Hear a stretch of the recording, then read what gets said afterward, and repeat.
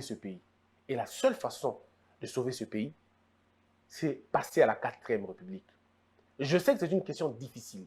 Beaucoup de politiciens ne vont pas l'accepter. Parce qu'ils savent qu'ils ne vivront pas dans la 4e République. En fait, la 4e République, c'est une atmosphère qui ne peut prendre que bateau baza prêt pour nango. Des hommes faits et fins. Bateau bayebi que toujours côté pour changer ma cambo. Nous devons avoir une nouvelle constitution avec moins d'articles que le syllabus que nous avons aujourd'hui. Nous devons, nous, avoir une constitution qui remet le pouvoir à l'État et qui remet le pouvoir au peuple, qui fait une bonne distribution de pouvoir. Dans la 4e République, les élections vont s'organiser dans ce nid. Dans la 4e République, on va même aller jusqu'à demander, parce que nous pensons, pour Nangaï, 4e République, et ça là, au moins 100 ans. Tout ça là, de façon que ça là, au moins 100 ans. Après 100 ans, on peut passer à la 5e République. Mais au moins, gardons ça pendant au moins 40, pendant au moins 100 ans. Ceux qui ont échoué, ils vont à 50 ans. Et retenir. Parce qu'on va les mettre, on va mettre ça dans des conditions, le nombre de ministères, il faut que la loi organique créer. Ne dépassant pas 20. Le nombre de ministères, c'est-à-dire et les ministres et les vice-ministres, tout ensemble, par contre, les 20. Nous allons travailler pour que comme à Bongo. Nous verrons à ce que l'âge des sénateurs et de la paix vraiment maîtrisé. Exactement nous avons besoin des hommes et des femmes qui auront un peu de maturité. C'est vrai que ça n'a rien à voir avec l'âge, mais pour la beauté de l'appareil, pour la beauté de l'histoire, il faudrait aller un peu plus côté voilà. Dans la 4e République, Nabiso, député, à côté député, à Tikali député, Tina Souka mandat na député. À comme DGT, à comme PCAT, à comme ministre T. C'est la 4e République, nous sommes comme à Bongo. Dans la 4e République, on n'aura pas le Sénat. Dans la 4e République, on n'aura que l'Assemblée nationale. On n'aura pas des assemblées provinciales. Dans la 4e République, les gouverneurs seront élus dans le suffrage universel direct.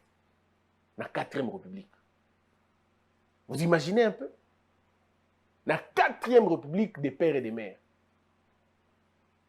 Dans la 4e République, dans la 4e République, tout ça de façon que, pour politiciens, alors que nous allons faire soigner l'Ibandaté, et que vous allez écrit dans une loi organique, qui fera que le politicien se soigne ici et les enfants, batanga ao. Donc, dans la 4e République, le politicien va scolariser les enfants ici au Congo, et ils vont se faire soigner ici au Congo. On sera bientôt tous liés dans le même sort. On aura le même sort. Ah, voilà, c'est la 4e République, en fait. La 4e République, on l'a déjà recensée. On aura le nombre exact de Congolais. On l'a recensé, on passer dans l'identification nationale. Et dans la 4e République, tous les citoyens adultes auront un document. On a la carte pour citoyens. C'est la 4e République. On aura ça. Croyez-moi, mesdames et messieurs, on aura ça. La 4e République, les salaires ne seront pas négociés. Parce que le train de vie des institutions est au Kita. Et au Kita. Le salaire du président, du premier ministre, du vice, tout est cohérent. Vous avez public. Tout le monde saura que le président gagne autant, touche autant. Et cohérent. Et le policier, bon, on a doublé, pas seulement doublé, mais peut-être quintuplé. Et ce n'est pas de la blague. La 4e République, on en a malheureusement qu'on ne peut pas tout donner. Mais tout ça, non. J'étais en train de me poser la question, qu'est-ce que nous vous avons vraiment fait? Vous qui avez géré ce pays, qu'est-ce que nous vous avons fait? Qu'est-ce que ce peuple vous a vraiment fait? Vous gérez ce pays comme si on vous avait fait quelque chose de mal, comme si on avait tué vos parents, comme si on vous avait pris quelque chose de grave. Pourquoi faire souffrir un peuple à ces points? Pourquoi? Le peuple qui souffre déjà, les enseignants qui sont mal payés, les militaires qui sont abandonnés, le système social détruit, les hôpitaux pratiquement en délabrement. Mais au-delà de ça, les routes, mais alors, cassées, même abîmées. Le peuple vous demande le minimum, le minimum. Aujourd'hui, si nous évaluons le besoin d'eau en termes d'argent, mais ça va si on fait l'équivalence. Vous savez que le besoin en termes d'électricité, pour électrifier toute la RDC, il faut combien de dollars? Tout ça, les calculs, déjà. Pour construire des routes, on vous a parlé ici. J'ai reçu un ingénieur, nous, là-bas, ici, sur ce plateau. Il vous a dit noir sur blanc, ce n'est pas difficile pour reconstruire le Congo. Ce n'est pas difficile. En moins de temps, on peut le faire. Mais le problème, c'est l'argent. L'argent va où? Dans les poches des gens, dans les poches des individus. Et vous avez un appareil que vous appelez appareil de justice. Mais ça fait? Ça fout quoi exactement? Quelle est la contribution de l'appareil judiciaire dans un pays en déliquescence comme le nôtre? Une situation, un pays en péril. Bien qu'en train d'assurer son petit réveil, mais ça reste un pays fragile. C'est nous qui l'avons fragilisé avec nos pratiques idiotes, avec nos pratiques nonchalantes, avec notre attitude de bonobo. Nous avons amené ce pays dans le trou. Alors, essayons de nous relever. Nous voyons les bonnes intentions déjà de l'actuelle administration. Nous voyons les efforts qu'ils mettent en place. Mais il faut aller faire plus que ça. Monsieur le juge Kalouba, cher professeur, cher président de la Cour constitutionnelle, cher président du Conseil supérieur de la magistrature, vous êtes le numéro 1 de notre appareil judiciaire aujourd'hui, monsieur Kalouba. Le numéro 1. Après le président de la République et le magistrat suprême, vous êtes à la fois le président de la Cour constitutionnelle. Vous êtes à la fois le président du Conseil supérieur de magistrature. Mais vous en avez des compétences extraordinaires. Réveillez-nous cet appareil judiciaire. Videz l'appareil judiciaire des magistrats véreux et coopérants. Le parquet, ce n'est pas une mine.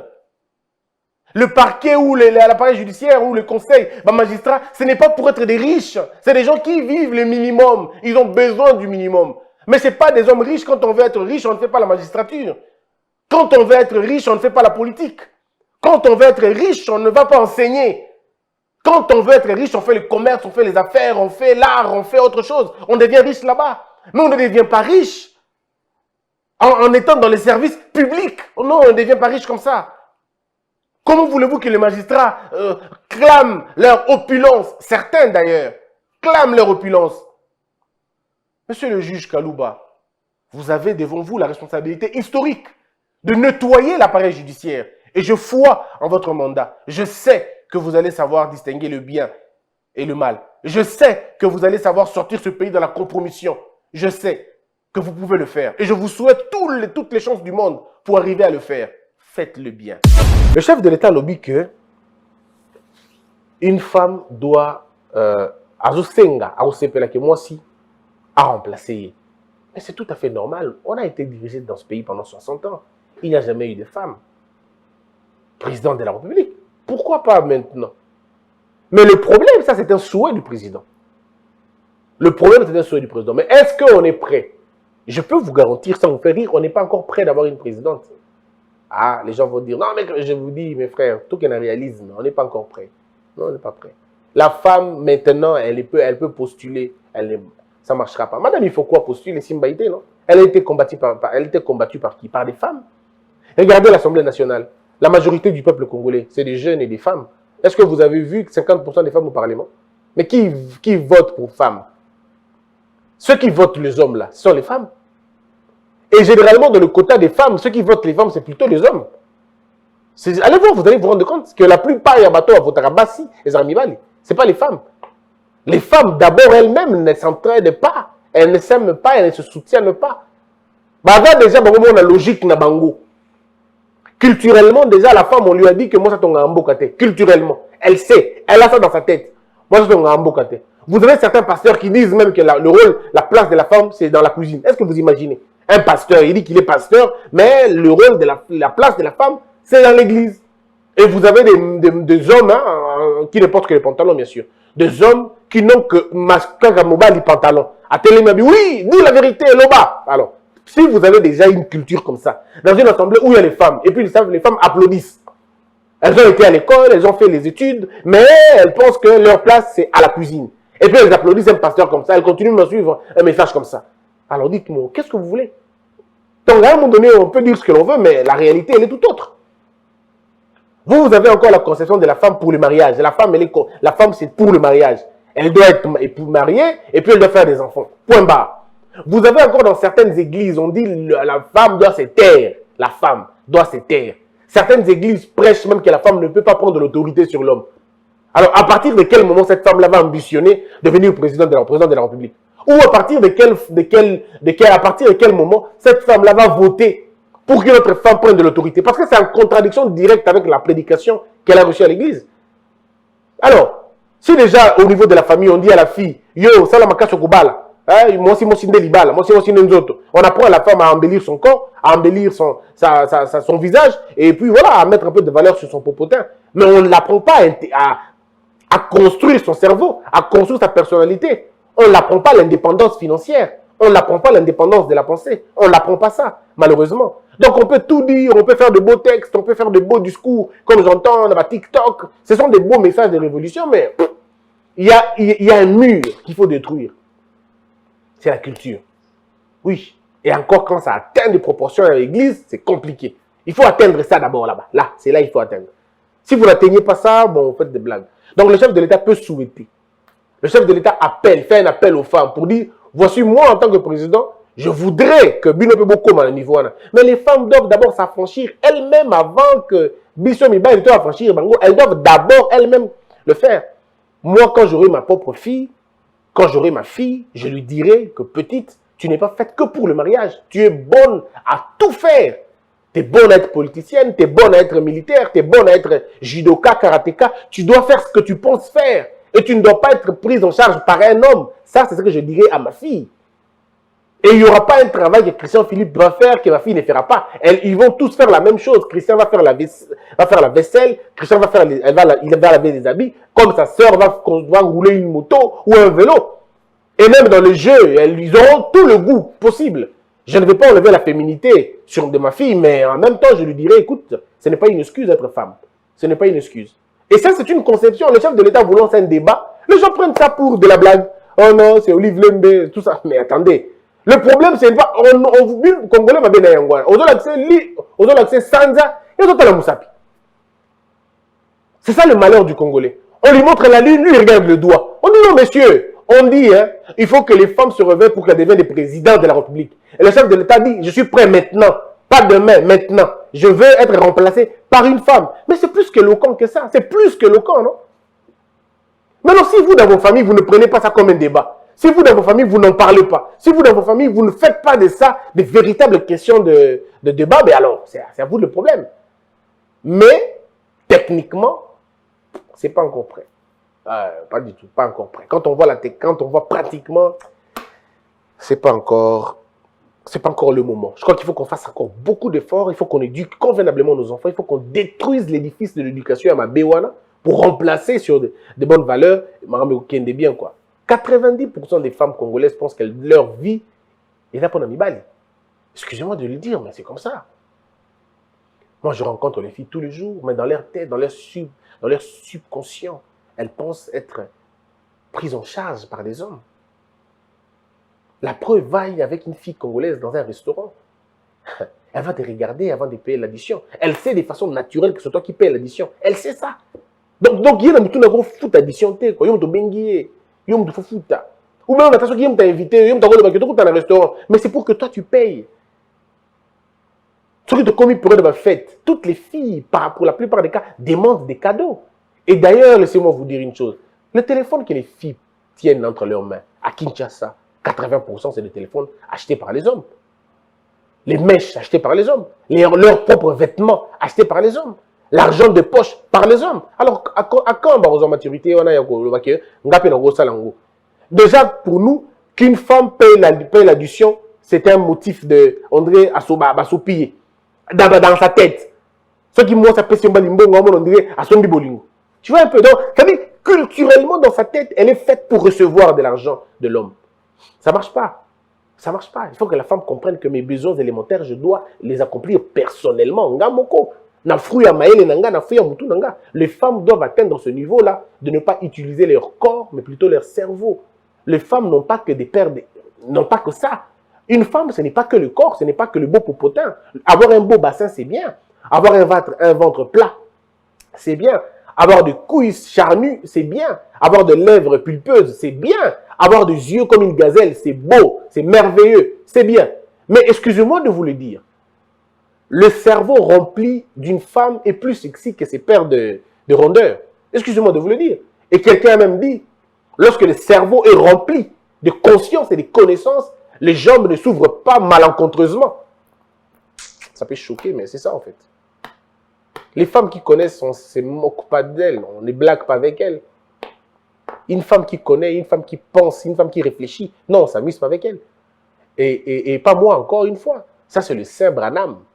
Le Saint Branham dit, lorsqu'une femme est belle, elle est très belle, mais qu'elle n'a pas Dieu, je remplace Dieu par des valeurs. C'est une poubelle sexuelle. Ce n'est pas moi, c'est le Saint Branham. Donc même pour le prophète Branham, la femme, ce n'est pas la beauté au fait. La femme, c'est la bonté. C'est la qualité du cerveau. C'est la qualité de la production de son cerveau. On ne touche pas l'administration. Agent à DGI, on est comme directeur à DGI. Agent à OCPT. Par exemple, aujourd'hui, il y a un directeur, un nouveau DG de l'OCPT qui, à mon avis, va impulser le développement de cette entreprise. Autrefois, j'en parlais ici. On a fait partir un DG qui pensait que la SCPT était sa poche. On l'a fait partir. Et maintenant, c'est un fils maison qui remplace la chose. Je demande personnellement qu'on le maintienne. On va qualifier, c'est tout simplement ça. On le qualifie, on le garde. Pourquoi nous avons consacré la conversion professionnelle en une valeur? Il a fait les maths info, il se retrouve, je ne sais pas moi, directeur d'une entreprise publique sans aucune intelligence. Il a fait les gestions financières, la gestion financière, on va le retrouver en train de faire le papier ou je ne sais pas dans quoi. Il est avocat, mais on le retrouve à la réception. Donc, tout ça, c'est ces deux ordres-là, parce que les trous sont bouchés, et très souvent bouchés par des incompétents.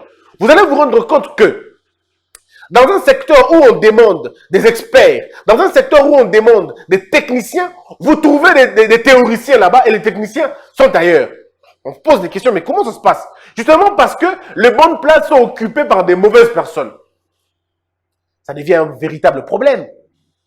À un moment donné, on se dit, mais qu'est-ce que l'on veut? Et tout ça, le chef de l'État doit se retrouver comme un médecin dans un bloc opératoire. Parce que c'est que les gens ne comprennent pas. Le Congo était malade. Le Congo était malade qu'on a amené aux urgences. Et maintenant, le docteur en chef, c'est le président de la République. C'est lui qui doit décider de qui va entrer. D'abord, pour décider, il faut d'abord lui-même qu'il ait un petit diagnostic. Qu'il se dise, comment je fais cette chose? On a quel problème ici? Le président regarde et dit, non, on a un problème de céphalée. Il appelle un spécialiste de céphalée. Monsieur, viens, entre dans le bloc opératoire. Trouve-moi cette solution. On m'a dit que la jambe ne marche pas. Il cherche quelqu'un qui est spécialiste dans Magamamokolo. C'est comme ça qu'on règle un pays. Le pays comme le nôtre a besoin des experts, a besoin des hommes et des femmes qui comprennent la véritable question. C'est vrai, on peut comprendre la problématique et pas avoir la volonté de la changer. Parce que le désordre profite à quelqu'un d'autre. Mais si le chef de l'État décide maintenant de changer la manière de faire les choses, c'est à lui de le faire. Donc, l'Union sacrée représente ici deux grandes opportunités. La première opportunité, c'est celle du peuple. La deuxième opportunité, c'est celle de rester longtemps au pouvoir. Le chef de l'État aura le choix. Si nous allons dans des compromissions, le chef de l'État restera président pendant au moins 2 mandats. Là, oui, il restera. Mais après son mandat, il partira, on l'insultera comme on est en train d'insulter Kabila et Mobutu et les autres. On le jugera parfois dur, un peu plus que les autres. Parce qu'il aura fait le choix de la compromission. Mais s'il fait le choix des compromis, ça veut dire on s'entend. Vous êtes majoritaire, je suis bien d'accord. Vous là, vous avez beaucoup de députés, je suis bien d'accord. Mais est-ce que nous ne pouvons pas discuter que sur la politique et non sur l'administration? Je vous invite à discuter, mais pas sur l'administration. Parce que si nous essayons de toucher l'administration, on a touché l'avenir du pays. Parce que c'est même là le poumon de notre pays. En principe, il faut que, toujours dans la même logique, que le gouvernement, la banque centrale, va aider à lutter contre l'écart de conversion où il est positif et pas à bango, expatrié dans les grands capitaux, et négatif et pas à peuple. Parce que c'est le peuple qui perd tous les jours son argent. Mais ce qui vous a dit sommation en journée, le monsieur a profité d'un écart de conversion positif et pas naïe à hauteur, par exemple, à 70%, il y a 20 naïe à journée. Alors que les Congolais va perdre un à hauteur de 100%. Parce que eux, parce qu'on lui donne un bonbon dont il ne bénéficiera jamais. À l'époque, toi qui n'as pas naté. Donc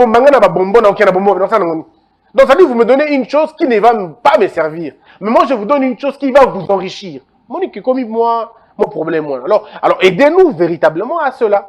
Donc voilà un peu tout le que Madame Kabé dit, Penza dans le rôle, mon aîné. Mes frères, le Congo n'a même pas besoin d'importer le poisson, d'importer la missouni. Toi, la poste en Angleterre. Donc, une société qui évolue au Congo en amenant que les chinchards, c'est une société qui va à l'encontre de nos besoins. Parce qu'il y a un problème en maladie lobby, un problème de santé lobby, c'est ça qui va nous créer des problèmes. Au lieu de manger bio ici, ces gens-là font des gros efforts pour que nous consommions la salité libanda qu'on a en cannabis. Et nous, on est là, on est en train de regarder. Juste on a bilo comme monsieur poli parce que c'est comme bazon c'est la chambre de froide et kangami. Si on dit que se dégéler mon cœur, on dit que nous ça solo. Dégèle dans solo là. Ça veut dire qu'il fait pola kala. Ba bomba na ba carton et ça va 2-3 ans. Et ben on peut ça va tout balia. Comme les Congolais sont le seul peuple au monde qui va acheter le poison, nous allons nous-mêmes là entrer acheter le poison. Est-ce que vous êtes sérieux? Biso d'ailleurs à bilo ba friperie ngé ko traité. Yo muto bobi normalement on dit kaleso ya mondele. Caleçon mondial là tapé na moment il do follow on l'a tient quand même ou bien un caleçon à ballon chemise mondial ko le kufa ou bien un ballon donc on est bon la textile na bino na Équateur textile et ali donc si on avait des usines on les construire des habits biso montant là tabilement na biso moko. Vous savez depuis combien de temps la Chine n'importe plus les vêtements? Vous savez combien depuis d'années la Turquie n'importe plus les vêtements? Mais pourquoi nous importons ça? Parce que nous avons eu des hommes et des femmes incapables tout simplement. Très prompte pour voler, pour tricher, pour corrompre, mais très incapable pour construire le pays.